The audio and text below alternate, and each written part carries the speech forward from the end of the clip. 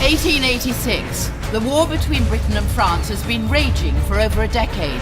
The cause? Voltite, the most powerful and valuable energy source the world has ever seen. With all attempts to invade by both sides ending in stalemate, a new form of weapon arose. These mechanoid war machines were faster and more effective than anything before them. A revolution in warfare. Dust off your monocle and get ready for some steampunk roguelike puzzle RPG action. I'm Michael Jordan, this is Niche Gamer's video review supplemental for Ironcast. Ironcast's visual design is a slight different approach to the steampunk genre, mixing a heavy hand of future tech in with the more traditional sensibilities that steampunk entails. When it comes down to design and execution, you must remember that this is a budget title and was a Kickstarter project. It's actually pretty nice and refreshing to see what they did with the limited budget that they had.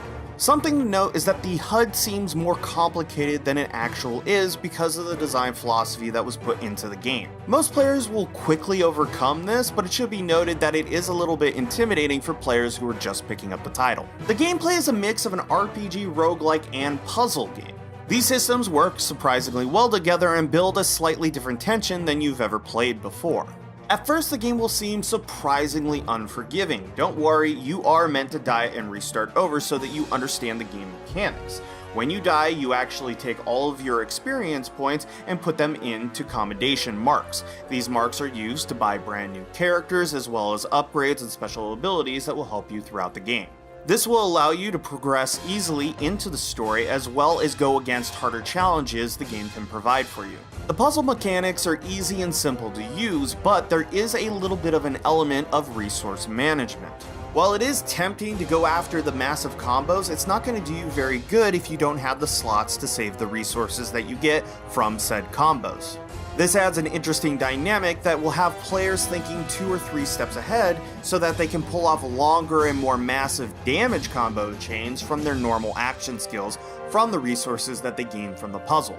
While that seems complicated, once you play through 2 or 3 missions, you will quickly gain a hang of all the systems that are in place so that you can manage your resources effectively. Eventually, players will get the hang of all these systems, allowing them to build up massive damage combos on their turn and utterly decimating their opponents, which is one of the most satisfying experiences while playing Ironcast.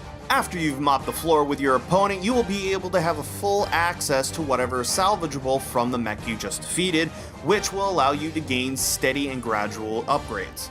But the game is not without its faults. The game is incredibly short, only having 2 main arcs.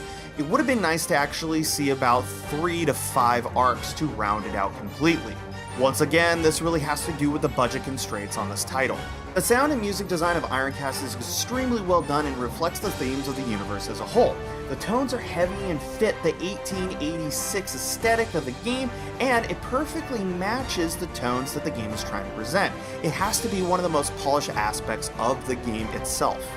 Ironcast's story is a mix of war and philosophy. The story is straightforward in the beginning and does a major plot twist midway through.